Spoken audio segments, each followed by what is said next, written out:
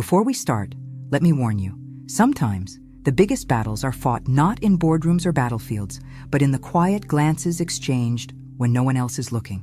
This isn't just a story of love and betrayal. It's the fight for a legacy. Stay with me until the end, and don't forget to subscribe and let me know where you're watching from in the comments.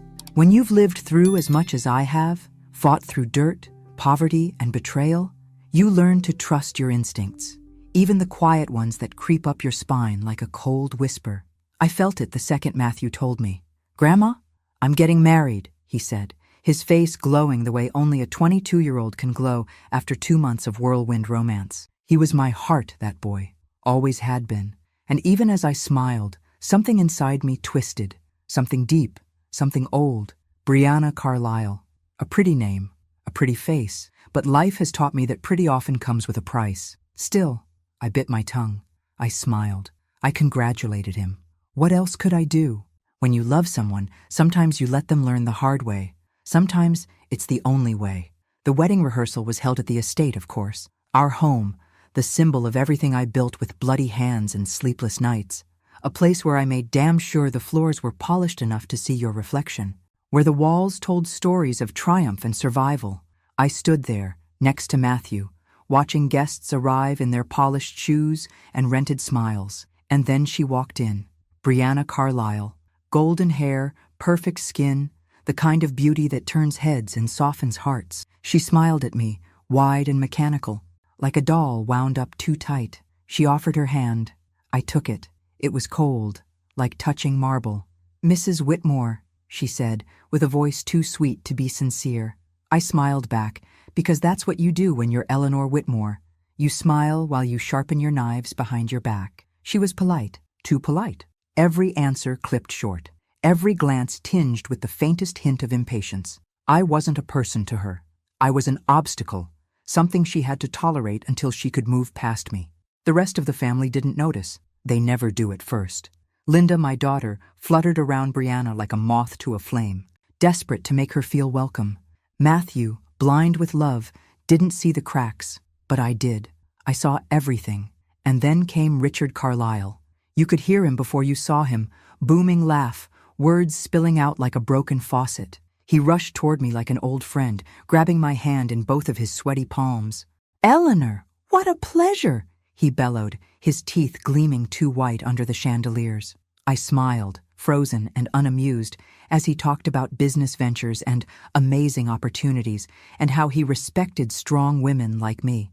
I'd met 100 Richards in my lifetime. Men who spoke loud to hide their empty pockets. Men who charmed the room while plotting to steal it. He reeked of desperation, cloaked in cheap cologne and fake bravado.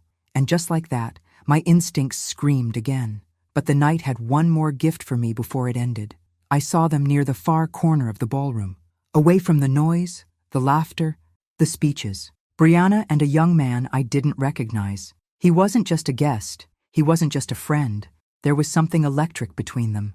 The way they stood too close, the way she laughed with her whole body, the way his hand grazed her waist with the kind of familiarity you don't build in 2 months. I watched them, unseen. Watched as Brianna's eyes lit up in a way they never did with Matthew. Watched as that boy, Dylan, they called him later, leaned in and she leaned right back as if pulled by gravity. No one else noticed. The music was too loud. The drinks were flowing too freely. But I saw it. Because when you fought for everything you have, when you've clawed your way out of hell, you learn to recognize a snake no matter how pretty its skin. I stood there, my hands folded neatly, my face a perfect mask of elegance. Inside, though, I made a silent vow. I would remember every glance, every whisper, every lie that smile tried to hide. Because storms don't announce themselves with thunder right away. Sometimes they creep in quietly. And this one had just begun.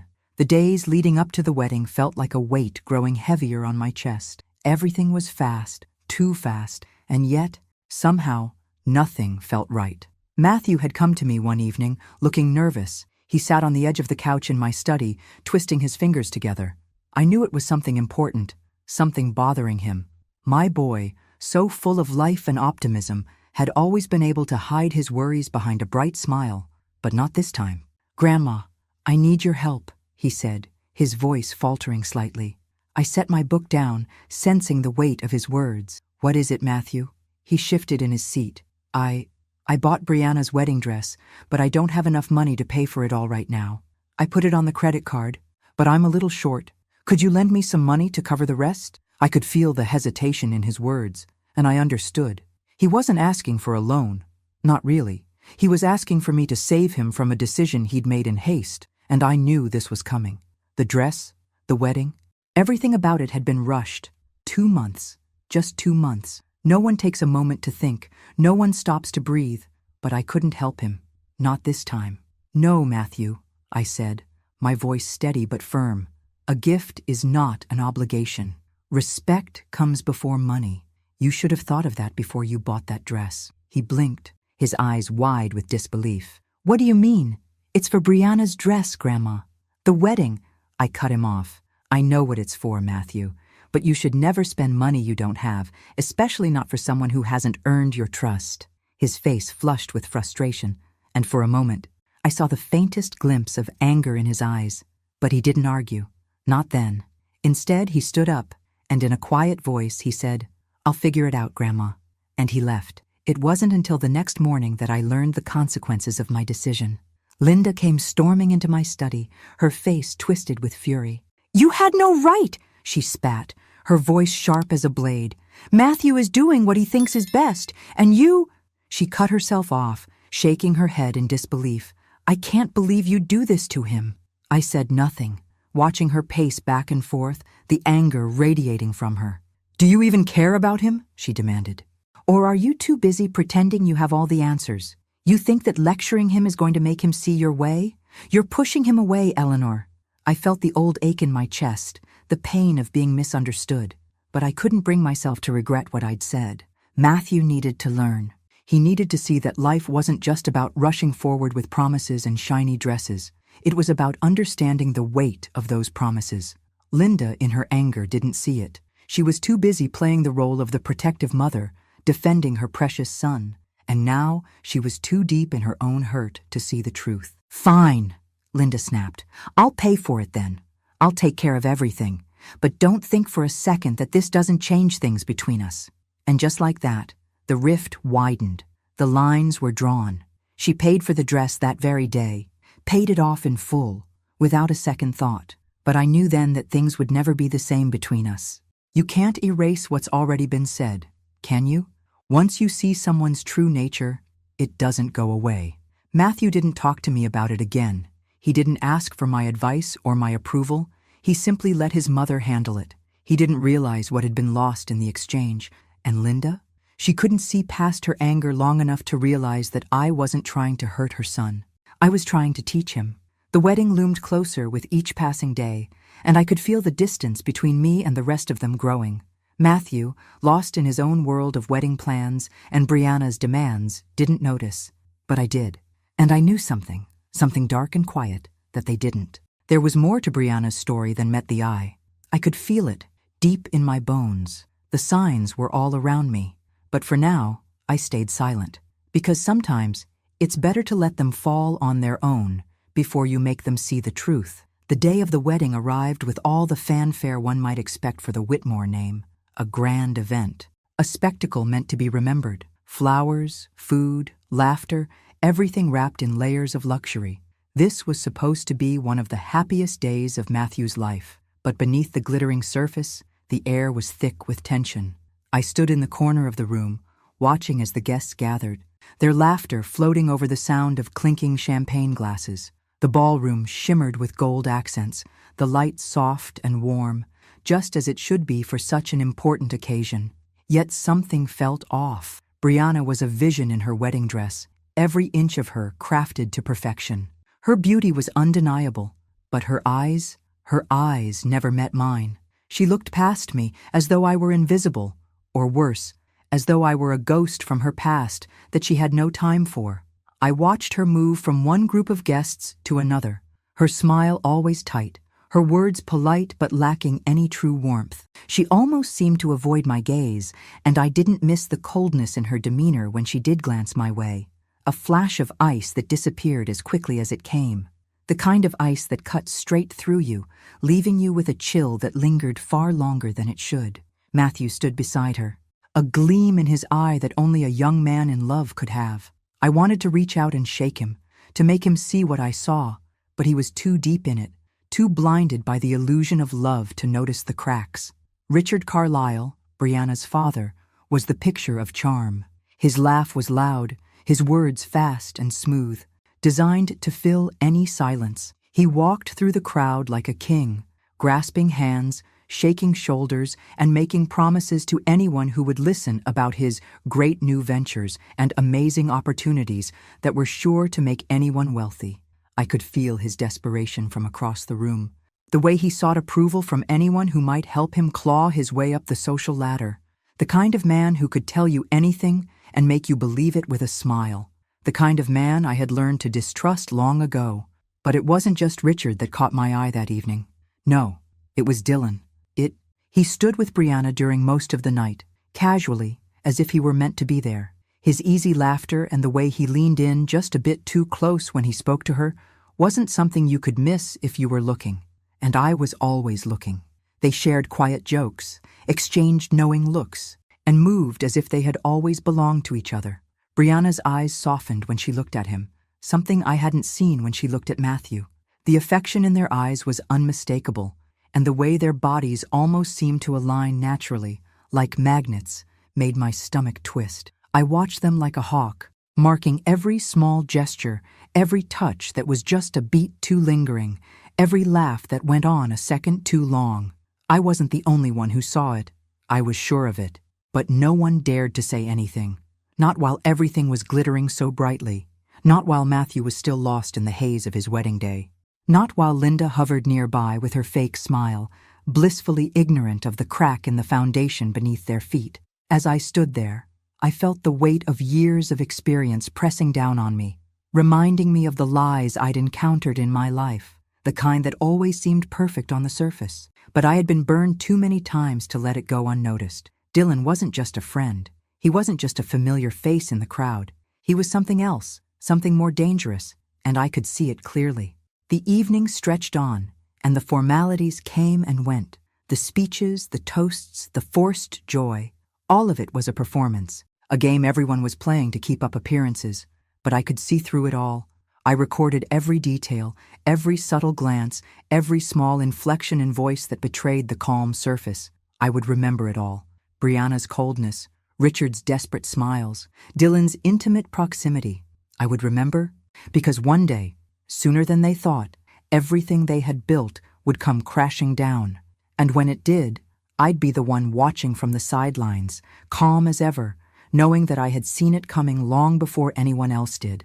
It's funny how life has a way of moving forward, even when you're stuck in the past. Matthew had barely been married for a few weeks when he sat me down, eyes wide with excitement, and started talking about his big break. "Grandma, I've got the perfect opportunity," he said, practically glowing.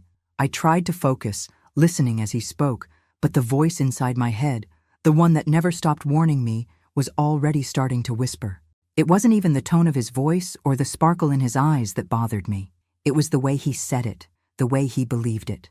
Like every word was the gospel truth, like nothing could go wrong. "Richard Carlyle," he continued. "He's been teaching me about investments, and we're going to do this through Fractal Investments.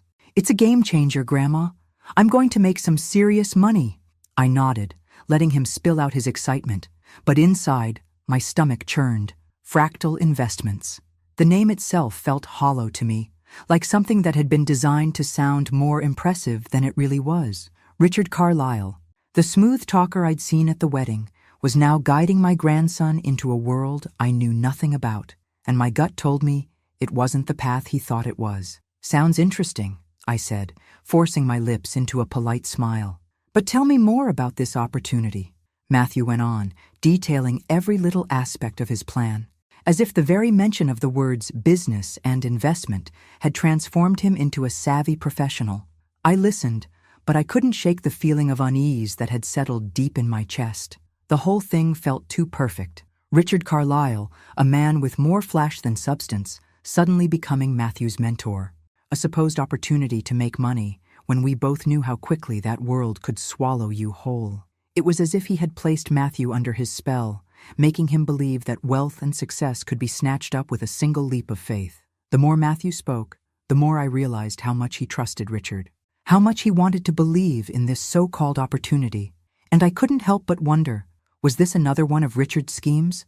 Was this just another way for him to ingratiate himself with the Whitmore name, to slide his way into the family's pockets? Well, you know I've always trusted you. Matthew, I said, trying to keep my tone neutral. But you should be careful. Sometimes the fastest way to success is the fastest way to disaster. He waved it off, like I was just another old woman trying to slow him down. You don't have to worry, Grandma. Richard's a genius when it comes to investments. I'm going to learn a lot, and we're going to build something big. I smiled again, but this time it wasn't a smile of encouragement.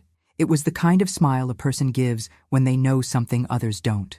I had seen too many people like Richard in my life, the ones who promised you the moon while they were digging a hole underneath you. And Matthew, in his youthful optimism, was heading straight for that hole, completely unaware of the danger beneath his feet. All right, I said softly, but just remember, Matthew, not every opportunity is what it seems. I saw his eyes flicker with impatience, but he didn't argue. Instead, he stood up, ruffling my hair, as he always had when he was a little boy. I'll be fine, Grandma. Trust me. He left the room with that look of certainty still on his face, his dreams so big and his feet so light that I almost wished I could believe in them too. But I didn't. I couldn't. As the door clicked shut behind him, I sat there, feeling the weight of his words press down on me. I wasn't sure if it was Richard's influence or the dream of easy success that had clouded Matthew's judgment, but either way, I knew trouble was on the horizon. It always starts with something too good to be true, doesn't it? And this story? This opportunity Matthew was so excited about? It felt too perfect, and I had learned long ago that perfect was just another word for disaster waiting to happen. It's strange, the way people ignore the signs when they don't want to see them, the way they convince themselves that everything is fine when deep down, they know something isn't right. As the weeks passed, I watched Matthew's behavior shift slowly, like the tide creeping in, unnoticed until it's too late. He started selling off assets, those gifts I had given him over the years, things that had been meant to secure his future, to ensure that he would never have to struggle the way I did.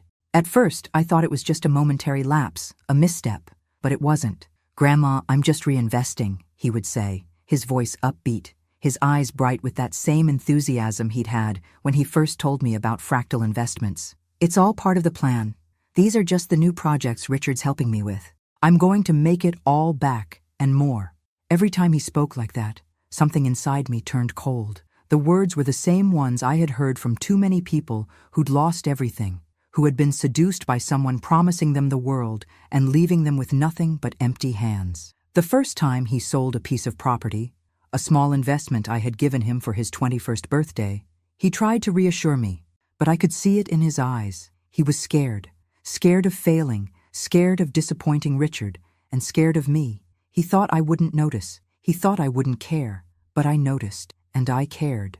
One evening, after another of Matthew's "I'm just adjusting things" explanations, I found myself sitting at the kitchen table with Linda, trying to make her understand what was happening, trying to get her to see the way Richard was pulling the strings, but she didn't want to hear it. "Eleanor, you're being ridiculous," she said, rolling her eyes in that way she always did when she thought I was being too harsh. "Matthew is grown now. He's making decisions for himself. You need to let him live his life." I sighed, rubbing my temples, trying to gather the patience I had so often lost when dealing with her.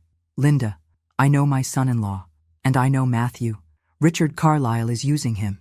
He's setting him up for something. He's a smooth talker, a con man, and you're too blind to see it." Her face flushed, and she crossed her arms defensively. "Don't you dare call Richard a con man, Eleanor. You don't know him like I do. Then what do you think this is? This selling off his assets? This reinvesting in God knows what?" I snapped. "Do you honestly think he's doing this for Matthew's future?" But Linda, like always, had her mind made up. "You're just jealous. You're jealous of what Matthew's doing. You've never liked Richard, and now you're blaming him for everything." She stood up, shaking her head, the conversation over in her mind. But I wasn't done. I looked at her, steady and calm, though the rage was bubbling just under the surface. I'm not jealous, Linda. I'm scared, and you should be too, because I've seen this before. I've seen men like Richard ruin people, and now they're doing it to my family, to my grandson. But she wouldn't listen. And Matthew? He was too wrapped up in his own world of promises and false hope to see what was right in front of him. Weeks passed, and with each passing day, I watched more pieces of Matthew's life slip away. He justified everything, selling off investments, emptying out savings, all in the name of growth and opportunity. The more he trusted Richard, the more he lost himself. And the more I watched, the more I felt like I was losing him too. I tried once more, late one night, when Matthew came to visit after one of his meetings with Richard. "Matthew, please, listen to me," I said, my voice gentle but firm. "You need to stop. This isn't the way." "Richard," he cut me off, eyes wide with frustration. "Grandma, I know what I'm doing. I'm not some kid anymore. I've got a plan. I'm taking control of my future." "You're being controlled, Matthew," I whispered, "and you don't even see it." But he didn't hear me. He couldn't. And I knew, deep down, that there was nothing more I could say. I was tired of warning them, tired of shouting into the void, hoping someone would listen. No one wanted to hear the truth. Not Linda, not Matthew. So I decided to wait. I would wait for the truth to find its way to the surface, because it always did. The lies always catch up, and when they did, I would be there, watching from the sidelines, ready to see how the story unfolded, the way it always did. And in that silence, I knew one thing for certain. The truth was coming. I just had to be patient. 3 months. Just 3 months. That was how long it took for the perfect illusion to crumble. I had seen it coming, of course. I had felt it in my bones, even before Matthew had started selling his assets and handing his trust over to Richard Carlisle. But it didn't make it any easier when the reality of it hit. The phone call came late one evening, just as the sun was sinking behind the horizon, casting long shadows across the estate. Matthew was sitting in the study, going over some documents, his face lit by the glow of the desk lamp. He looked up when I picked up the phone. His curiosity piqued. I didn't speak at first. I just listened. It was Linda on the other end, and her voice was tight, strained. "Mom, you need to sit down. Brianna, she's filed for divorce." I felt the world pause for a moment. The air seemed to thicken, the weight of the news pressing down on me. Brianna, Matthew's new wife, 3 months. Not even long enough for a proper season to change. I stayed silent, my eyes locking with Matthew's, his confusion, his disbelief painted across his face. "What are you talking about?" Matthew's voice cracked, and I saw the panic begin to creep into his eyes. She says it's incompatibility, Matthew." Linda's voice was distant, but I could hear the underlying bitterness. "And she says she wants a separation of assets, including your shares in the Whitmore Company." The words cut through me like a knife. Brianna hadn't just left him. She was taking everything she could with her, and she had the audacity to do it under the guise of a simple divorce. I stood there, my mind racing, piecing the puzzle together. 3 months was nothing. That was no time at all. Not enough time to really know someone, let alone end up with a divorce. But that was the plan, wasn't it? To worm her way in, to charm him, to make him fall, and then pull the rug out from under him when she had everything in her grasp. She had never been in it for love. She'd been in it for the power, for the access to the Whitmore name. I could feel the trap close around me, around all of us. Matthew tried to speak again, but his words were all jumbled. She can't be serious, right? She can't just... But I had seen this story unfold too many times. I had heard the same words, felt the same heartbreak, watched the same naive optimism fall apart. Brianna had never cared about him. She had never cared about the family, about anything but what she could get. I waited a few more seconds, watching the confusion flood his face. Then I made my decision. "Matthew," I said quietly, my voice firm, "there's something you need to know." He looked at me, his eyes searching for some sort of answer, some kind of comfort. "Brianna has a plan. She's been using you from the start." He recoiled, the words striking him harder than I expected. "Grandma, no, that's not..." "I'm not finished," I cut him off. "You're not seeing it. She's been working with Richard and Dylan. They've been pulling the strings, and you've been too blinded by love to see it." His face hardened, the anger replacing confusion. But it was too late. The truth was already out. "She's asking for everything, Matthew. Your shares, the money, everything. And it won't stop there. They'll keep coming for more." He didn't respond. He didn't have the words, but I could see the hurt settling in his eyes, the realization of everything I had been warning him about finally sinking in. I turned away, my heart heavy but resolute. "This isn't over," I muttered to myself. "Not yet."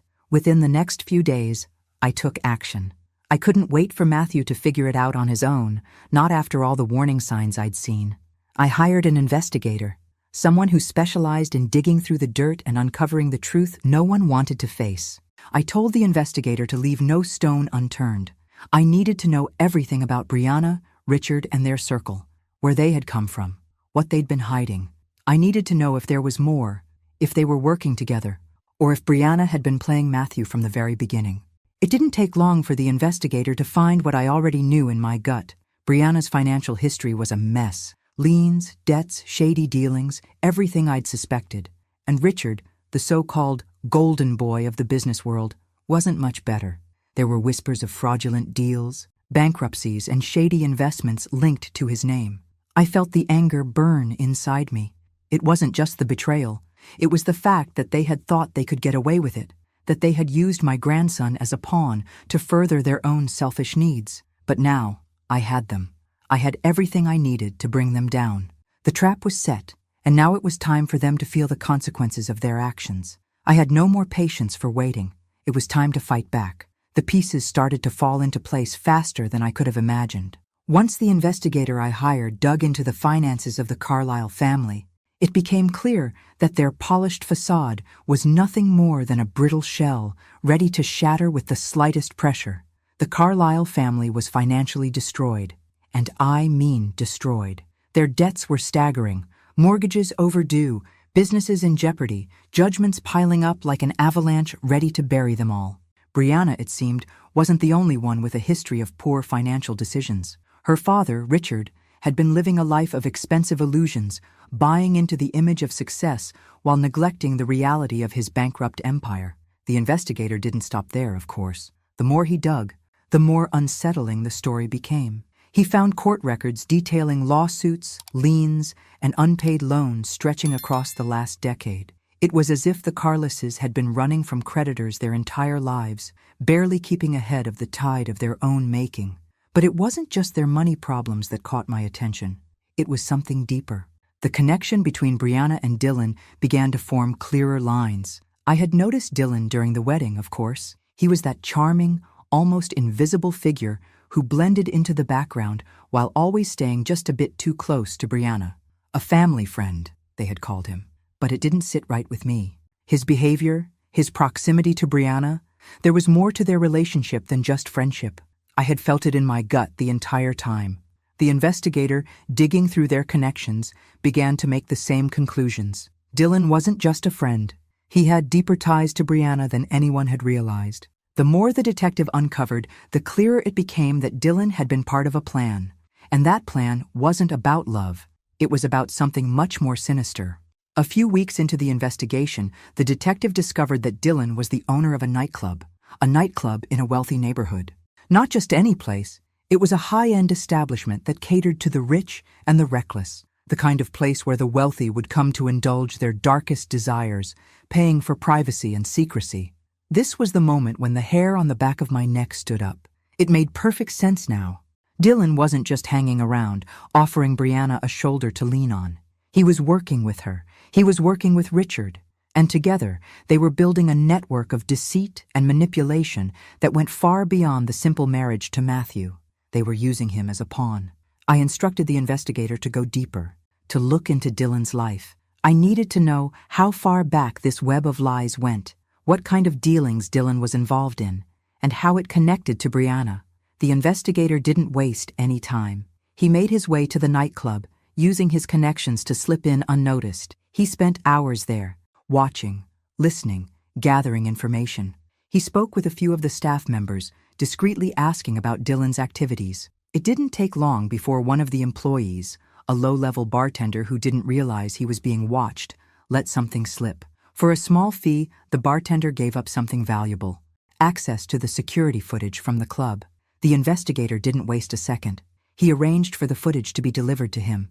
It arrived a few days later, a black and white reminder of the darkness that had been festering just under the surface of everything I had trusted. I watched the footage in silence. It was a grainy video taken from the security cameras inside the club. At first, nothing seemed out of the ordinary, just a few patrons in the background, laughing, dancing, and drinking. Then it came into focus. Brianna, Dylan, alone. The footage showed them in a secluded corner, hidden from the rest of the crowd. They were laughing together, their bodies closer than I had ever seen them at the wedding. Brianna reached out and touched Dylan's arm, and he leaned in, whispering something into her ear that made her laugh. Then, the moment that stopped my heart, Dylan kissed her. It was quick, but it was unmistakable. A kiss that spoke volumes. I sat back in my chair, my hands trembling slightly as I processed the footage. This wasn't just some fleeting moment, some innocent gesture. This was something deeper. They were involved, and it was all a part of the plan to tear my family apart. I knew what I had to do. The time for waiting was over. The truth was out there, in black and white, and it was time for me to act. This wasn't just about a bad marriage or a foolish investment. This was about a calculated, deliberate attack on everything I had worked for. And I would make sure that Brianna, Richard, and Dylan paid for it all. I would make them feel the full force of the consequences, because once the truth came to light, there would be no hiding, no excuses, just the wreckage of their own making. When the footage arrived, I didn't hesitate. I didn't need to see it in full to know what it would reveal. But when I watched it, the undeniable proof of Brianna and Dylan's betrayal, the flood of emotions hit me all at once.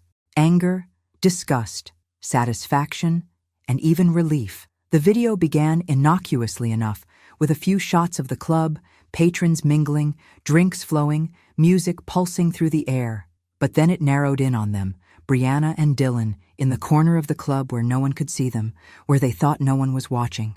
The timestamp flashed at the bottom of the screen, just a week before the wedding. And there they were, in the dimly lit corner, laughing, their bodies close in a way that was far too intimate for a mere friendship. My eyes didn't leave the screen as I saw the moment unfold. Brianna touched Dylan's face, a soft, almost tentative gesture, her fingers grazing the side of his jaw as if they had done it 1,000 times before. He leaned in, his lips brushing against hers, and the kiss wasn't just a peck. It was deep, it was heated. It was everything I needed to confirm the truth. They pulled away for a second, their eyes locking, and then more whispers, more shared secrets, their hands intertwining like nothing else mattered. A quick, almost furtive touch across her lower back. Brianna's laughter echoed through the quiet, a sound I hadn't heard from her at the wedding, not once. And then, the most damning part of all, they kissed again, this time, longer, with more heat, more intent, more intimacy. I sat there, staring at the screen, my hands gripping the edge of the desk as the anger bubbled up inside me. I had known it. Every instinct in me had screamed the truth, but now I had it, in black and white, Brianna and Dylan, together, behind Matthew's back. And the worst part? She had been playing him, pretending to be his perfect bride, while she was already building her life with Dylan, stringing Matthew along as part of her grand plan. I felt a rush of adrenaline mixed with a twisted satisfaction. Now I had them. I leaned back in my chair, closing my eyes for a moment, taking in the weight of the discovery. A part of me was repulsed by what Brianna had done to my grandson, to our family. But another part, the one that had been quiet for so long, felt vindicated. The trap had been set, and now it was time to spring it. Now, my girl, I whispered softly to the screen. Now you've made your mistake, and it's the last one you'll make. The video was clear, without room for misinterpretation. Brianna had been unfaithful to Matthew while she was still wearing the wedding ring, and Dylan, that snake, had been a willing accomplice in this treachery. I placed the footage carefully into an envelope, sealed it, and took a deep breath. I had everything I needed now, evidence that would dismantle her claims, expose her lies, and turn the tide in our favor. The wheels were already in motion. Matthew would know the truth, the full, ugly truth, the one that had been hiding beneath Brianna's perfect smile, beneath the promises she'd made. She had believed that she could get away with it. She had believed that she could fool everyone. But now the game had changed, and I was ready to make sure that Brianna and her accomplices would pay for everything they had done. They would not escape this. Not this time. Not. I could feel the tension in my body easing. There was no more doubt, no more waiting. It was time to show Matthew the proof, to force him to see what he had been too blind to recognize. Enough of this charade, I muttered to myself, standing up, feeling the weight of years of experience settle into my shoulders. It's time to put an end to it all. The day I handed the evidence to the family lawyers felt like the quiet before a storm, one I had been waiting to unleash for months. With the footage securely in hand, there was no more holding back. It was time to watch Brianna's carefully constructed world begin to fall apart. Piece by piece, I walked into the law office with purpose, the envelope containing the damning video pressed tightly against my side. The lawyers were already expecting me. They had been briefed, had seen the warning signs long before I'd come to them. But this was the moment that would change everything. I placed the envelope on the desk and slid it toward the head lawyer, a sharp, methodical man named Greg Cartwright, who had worked for the Whitmore family for years. He looked up at me with a raised eyebrow. "Eleanor, I trust you know what's in here?" he asked, his tone almost too casual, though I knew better. I nodded slowly, my gaze fixed firmly on him. "I know exactly what's in there, Greg, and so will Brianna once you play the video for her." His fingers trembled slightly as he opened the envelope, pulling out the disc. He didn't need to ask for more details. He knew exactly what he was about to witness. But I saw the moment he realized the full extent of the betrayal, the look in his eyes when he saw the timestamp and the intimacy between Brianna and Dylan, the undeniable evidence that couldn't be explained away. He turned the disc over in his hands before finally speaking. This is bad. This changes everything." I didn't smile, but I felt a deep satisfaction, a quiet vindication that washed over me. The truth was now out. Brianna couldn't deny it. The lies, the manipulation, all of it had been laid bare. She had crossed a line she couldn't uncross. Greg immediately began making calls, working swiftly to prepare the legal response. It didn't take long for the lawyers to begin dismantling Brianna's claims. The divorce wasn't about incompatibility or different life goals. No, it was about betrayal.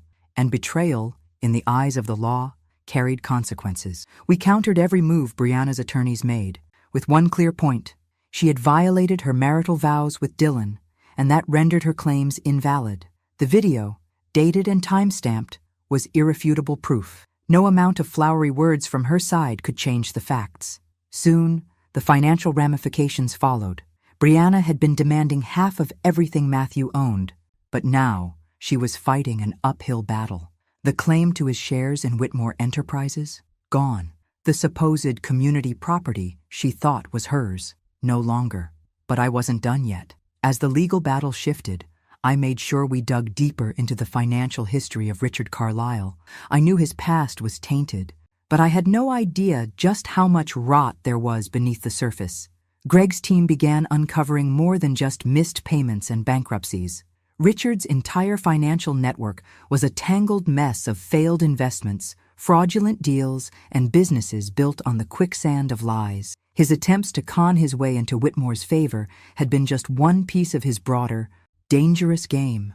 His ties to the criminal underworld were more than mere whispers. There were real links, documents that tied him to shady dealings, some of which had already been flagged by the authorities. As the investigations progressed, it became clear that Richard was in deep. He had been using Brianna's marriage to Matthew as a front to enter the Whitmore circle, all the while pushing his own disastrous financial schemes onto my grandson. It wasn't just betrayal, it was calculated manipulation. The walls were closing in on Brianna and Richard, and it felt like the entire world was watching. I could almost hear their false smiles cracking under the pressure. I could see it all unfolding in my mind. Brianna, so confident in her plan, watching as it all slipped through her fingers. And Richard, always the loud one, the charming one, the man who thought he could buy his way into anything, now cornered, his empire of lies about to collapse under the weight of his own greed. I sat back in my chair, watching the pieces fall into place. The sound of lawyers speaking, the quiet rustle of paperwork, the soft hum of the air conditioning, all of it felt like a symphony to me. Because I knew this was only the beginning. Brianna had wanted to take everything from us, my family, my legacy, but now she was losing it all. I didn't feel sorry for her, not one bit. She had made her choice. She had chosen to deceive and destroy, and now she was going to see just how far the Whitmore name could reach when pushed too far. I wasn't about to let anyone take what was mine. Not now. Not ever. The moment Matthew came to me, I knew he had reached his breaking point. The look in his eyes, haunted, confused, full of pain, told me everything. The young man who had once been so sure, so eager to prove himself to the world, was now on his knees, staring at the wreckage of his own decisions. The world he had built in his mind, the perfect future with Brianna at his side, had crumbled before him, leaving nothing but dust and shattered illusions. "Grandma," he whispered, his voice shaking. I didn't see it. I didn't see what was happening until it was too late." I didn't say anything at first. I let him speak, let him stumble through his words, through the brokenness. "I was so stupid," he muttered, running a hand through his hair. "I thought I was doing the right thing. I thought I was being smart, but I couldn't see it. I couldn't see what was right in front of me." The weight of his words settled in the room, and for a moment there was nothing but silence. The kind of silence that screams louder than any words ever could.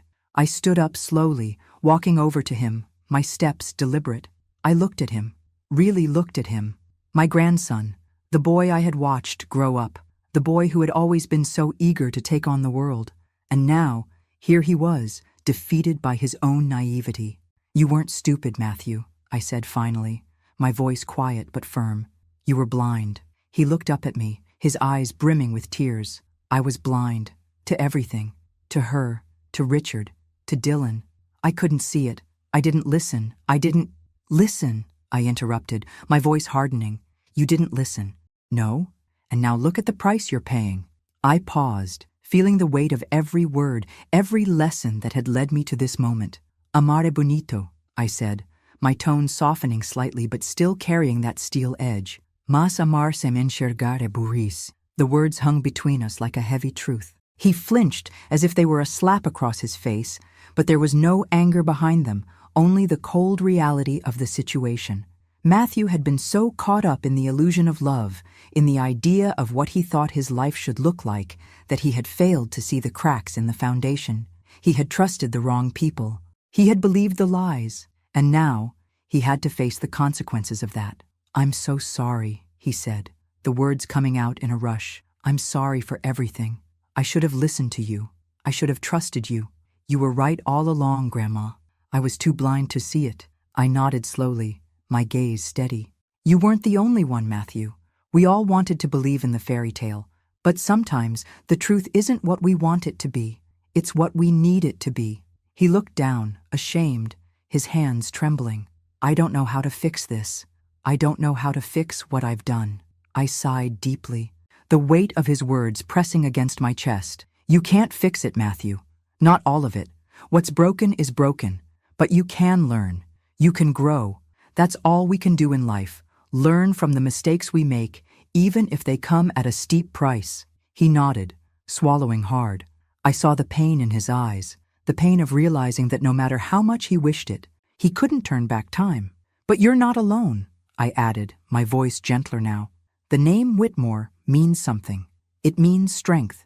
It means legacy. And I'll protect that with everything I have. But you, Matthew, you have to protect yourself now. And you have to protect what's left of your family, because that's all we have in the end." He looked up at me then, something flickering in his eyes. Hope, maybe. The realization that there was still a way forward, but only if he could let go of the past, only if he could understand that he wasn't a victim of the circumstances. He had let himself be deceived, and now he had to take responsibility for the mess he had created. "I'll fix it, Grandma," he said, his voice firmer now, though I could hear the weight behind it. "I'll make it right. I swear." I didn't say anything else. I didn't need to. He would have to figure it out on his own, just like I had figured it out on my own. The lessons of life were never easy, but they were always necessary. Now, more than ever, I knew that it wasn't just about protecting the Whitmore name. It was about protecting those who still had the chance to learn. And Matthew still had a chance. It would take time, and it would take more strength than he realized. But I believed that if he truly wanted it, he could become the man he was meant to be. Not the man Brianna or Richard had wanted him to be, but the man who could stand on his own, strong, capable, and wise enough to see the truth. And for that, I would fight. The day I began the restructuring of the Whitmore legacy was the day I truly realized how much the world had changed and how much it was still up to me to preserve what had been built. For decades, I had fought to keep this family strong, to hold everything together. But the time had come for a shift, one that would redefine the future of the Whitmore name. I had never believed in blind inheritance. The idea that someone could simply be handed a legacy based on blood alone was not something I subscribed to. It had never been enough for me, and after everything that had happened, I knew it could never be enough for the next generation. So I sat down with the lawyers, the accountants, the advisors who had worked for the Whitmore estate for years, and I gave them the most important task they would ever receive: to change everything. The first thing we did was rewrite the wills, every single one of them. They were no longer about distributing assets or making sure the right amount of wealth trickled down to the right people. No, now they were about something far more valuable. They were about legacy, character, and the wisdom that comes with experience. I wanted to make sure that whoever stood to inherit the Whitmore name, the empire I had fought so hard to build, had earned it, truly earned it. No more handing out power to the unworthy. No more giving the next generation a free pass because of their birthright. I had seen too many people like Brianna, too many people who believed that legacy was a title, a name, or a bank account. They thought that they could take what was rightfully someone else's and make it their own, without understanding the responsibility that came with it. Brianna had thought she could manipulate her way into the family, take what she wanted, and walk away with a piece of what I had worked so hard to protect. And then there was Matthew, my grandson. He had learned the hardest lesson of all. Love isn't enough. Loyalty and wisdom, those were the things that mattered. And they had to be proven. So we made the changes. I knew there would be resistance. I knew that Matthew might struggle with the idea that the world he had imagined for himself, one where everything was given to him on a silver platter, was over. But it was a necessary evolution. I couldn't let the Whitmore name fall into the wrong hands. Not after all the years of sweat, blood, and sacrifice. The new rules were simple, but they were harsh. Anyone who wanted to inherit the Whitmore name, the empire, would have to prove 3 things: character, loyalty, and wisdom. Character, the foundation of everything. Without integrity, there was no future. Loyalty, to the family, to the legacy. If you didn't understand that, you didn't belong. Wisdom, you couldn't lead if you didn't understand the weight of responsibility that came with power. You had to be capable of seeing the bigger picture, making decisions not just for yourself, but for the future of the family and the empire. I knew Matthew would have to prove himself. I wasn't going to make it easy for him. He would have to show me that he had learned from his mistakes, that he wasn't just a fool in love, blindly following someone who had used him, that he understood the value of trust and responsibility. And if Brianna thought she was still in the running, if she thought she could somehow worm her way back into the fold after everything that had happened, she was sorely mistaken. The rules had changed, and she didn't fit into the future I was building. I wasn't doing this to punish anyone. I wasn't doing this to make life harder for Matthew, for Linda, or for anyone else. I was doing it because the Whitmore legacy meant something. It meant something more than wealth, more than status. It was about responsibility. It was about building something that would stand the test of time. If you didn't have the strength to carry that weight, then you didn't deserve it. After everything that had happened with Brianna, I was more determined than ever to ensure that the Whitmore name would endure. I would pass it on, but only to those who deserved it. The restructuring was complete. The documents were signed, the new rules in place. I sat in my office that evening, looking out over the estate, feeling the weight of the decision I had made. I knew it would be hard. I knew that it would be uncomfortable for some, especially for Matthew. But in my heart, I knew it was the right thing to do. It wasn't about me anymore. It was about the future of the Whitmore legacy. And that, my dear, would never be something I handed out easily. Now, I muttered to myself, it's time for them to prove themselves. The day I called the family together, I knew it would be the final turning point. The changes had been made, the rules had been set, and there would be no turning back. I had spent my entire life building something worth keeping, something worth fighting for, and I would not let it crumble under the weight of a few misplaced trust and misguided hearts. I'd summoned Matthew, Linda, and the key members of the Whitmore family to my office. It was an intimate gathering, no crowd, no spectacle, just the people who mattered, the ones who had stood by me or who had still to prove themselves. As they gathered around the long polished table, I could see the nervous energy in the air. There were questions, of course, doubts, but I wasn't here to explain myself. I wasn't here to hold anyone's hand or soften the blow. "Sit," I said quietly, as I took my place at the head of the table. My voice carried, calm and unyielding, and it didn't take much for them to fall silent. They had learned long ago that when Eleanor Whitmore spoke, it wasn't with the expectation of a debate, it was a command. Matthew looked at me, his face still raw from the betrayal, from his own realization of how far he had fallen. I saw the guilt in his eyes, the pain of knowing that everything he had built in his mind was a lie. Linda sat beside him, her expression tight, like a woman holding on to the last shred of control she had left. "I'm sure you all have questions," I began, my eyes sweeping across the room. "But this isn't a conversation. It's a declaration." I paused for a moment, making sure every one of them was listening, really listening. The Whitmore name, the empire, this legacy, it's not something you inherit by virtue of birth or because you were born into the right family. It's earned, every single piece of it. You don't ask for it. You prove you deserve it. I let that sink in, the weight of my words pressing into the room like the thick silence between them. There have been changes made. The rules have been rewritten. No more giving away what is mine to those who haven't proven they can carry the weight. Matthew shifted slightly, but I didn't let him speak. Not yet. "You will prove your worth in ways that matter. Character, loyalty, wisdom. Those are the only qualities that matter now. The rest," I said, my voice cutting through the air like a knife, "is meaningless." Linda's eyes flickered with confusion, then anger, but she stayed quiet. She didn't understand yet. She wouldn't, not until she saw what came next. "Those of you who cannot meet these standards, who do not understand what it means to carry the Whitmore name with honor, will be left behind. You will have nothing. No second chances. No, 'Oh, we made a mistake. This is not a game.'" I saw Matthew's gaze fall, a mix of shame and determination in his eyes. He understood what I was saying. For all the mistakes he had made, for all the pain he had caused, this was his chance. A final chance. A final... "Make no mistake," I continued, locking eyes with each one of them in turn. "This family will survive because it is built on strength and integrity, not because of pity or because we feel sorry for someone who doesn't want to step up." I leaned forward, my voice lowering, but growing even more intense. "Nome e herança se conquistam, não se pedem. Quem não souber carregar essa responsabilidade, que carregue sua própria cruz." The words echoed in the room, each one settling like a weight in the silence that followed. There would be no excuses. There would be no room for failure, not anymore. If they wanted the legacy, they had to show they were worthy of it.